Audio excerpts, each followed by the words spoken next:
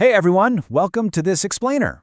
Today, we're getting into the foundational differences between our computing devices. And look, we're not just going to sit here and list off different types of computers today, right?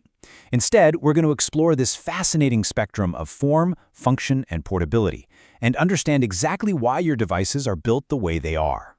But real quick, before we even get into it, take a second and actually look at the screen you're using right now. Seriously, what device are you using to watch this? Is it sitting heavily on a desk? Maybe it's resting on your lap? Or are you holding it right there in the palm of your hand? Okay, let's dive into this. Because that device you're holding or looking at right now, it's a calculated engineering compromise. Every single computer out there is a deliberate trade-off. It's basically a sliding scale between stationary modular power on one extreme and pure integrated mobile convenience on the other.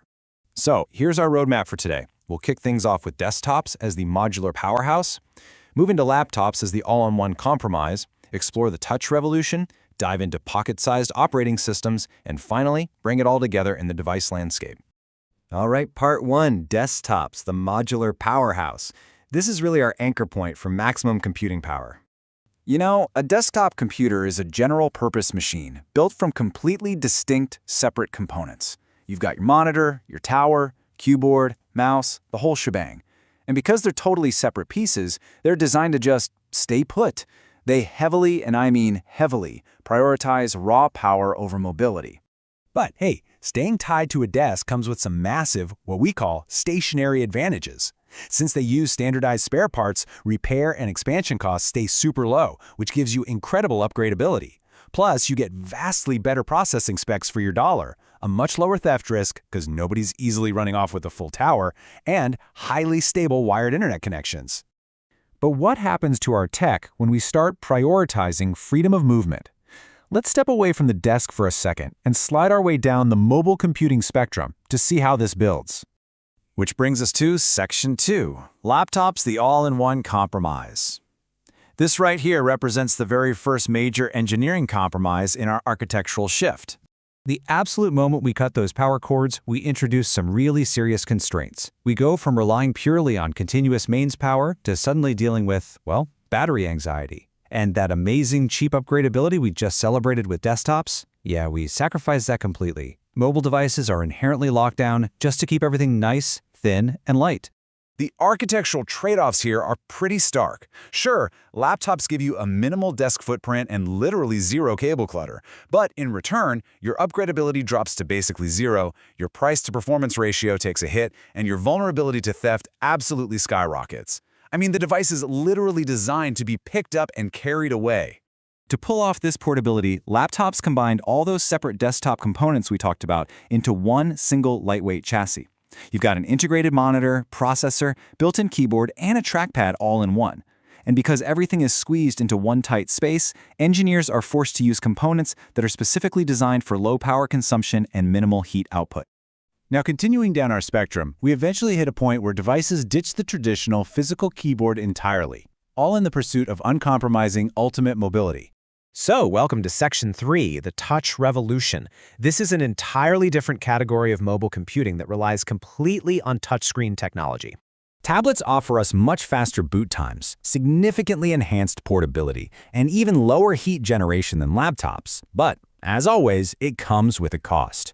You're dealing with higher relative costs, limited storage, and, crucially here, typing on a virtual glass keyboard can be frustratingly slow and error-prone. Well, unless you spring for a separate physical keyboard case, of course. Which brings us to a very unique category, the phablet. This is literally the hardware bridge between the pocketability of a phone and the productive screen real estate of a tablet. Specifically, we're talking about screens measuring between 5.1 and 7 inches. And this brilliantly illustrates how meticulously engineers measure screen real estate. If it's under 5 inches, it's a smartphone. Over 7 inches, a tablet. But that 5.1 to 7-inch sweet spot, that was engineered to fill a very precise gap, giving users a productive screen that can still just barely slide right into a pocket. So let's keep moving to the absolute furthest extreme of our portability slider. We are talking about the device most likely sitting in your pocket or resting in your hand right this very second. Which brings us to Section 4, pocket-sized operating systems. And honestly, we really have to stop thinking of these things simply as cell phones, because they are highly equipped pocket computers running dedicated mobile operating systems. Seriously, to make them work without a mouse or a keyboard, they rely on complex internal arrays unique to smartphones. Take the accelerometer, for example. It detects physical orientation to instantly adjust the screen display when you rotate it. They also use proximity sensors. These disable touch when the phone is held up against your face, which, saves you from accidentally dialing your boss with your cheek. Now, what's really interesting about this slide is just how densely packed these pocket computers actually are. Alongside all those sensors, you have HD anti-glare screens, plus front and back cameras, all crammed into a chassis that's only millimeters thick. Every single fraction of a millimeter is meticulously optimized. And this tech, it never stops moving. We're seeing emerging hardware like OLED displays for incredible visual clarity, and even Li-Fi. That's light fidelity, which literally uses visible light from fixtures, like a desk lamp, to transmit data faster and way more securely than standard Wi-Fi. How cool is that? So, regardless of whether you're using a laptop, a tablet, or a smartphone, these mobile devices all share some common capabilities. We're talking entertainment, social media, online banking, VoIP calls. But amazingly, they've also become the ultimate remote controls for our environment. With specialized apps, you can literally preheat a smart oven from miles away just by tapping the screen in your pocket. All right, this brings us to our conclusion, Section 5, the device landscape. Let's zoom out a bit and synthesize everything we've learned about these engineering choices. This matrix acts as a grand summary for our entire journey. Just watch the exact curve here. We start high up on the left with the highly upgradable stationary desktop. But as you follow that dotted line down and to the right, prioritizing portability forces us to drop down through the laptop, past the tablet, until we finally bottom out at the fully closed, completely integrated smartphone.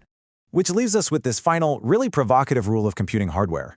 As devices shrink and integrate to maximize portability, upgradability inherently approaches zero. It is the permanent cost of convenience. So the next time you boot up your desktop or pull your phone out of your pocket, I want you to ask yourself, what engineering compromises were made for you to use that specific device? And did you choose power or did you choose freedom? Thanks so much for joining me on this explainer. Keep learning, and I'll see you next time.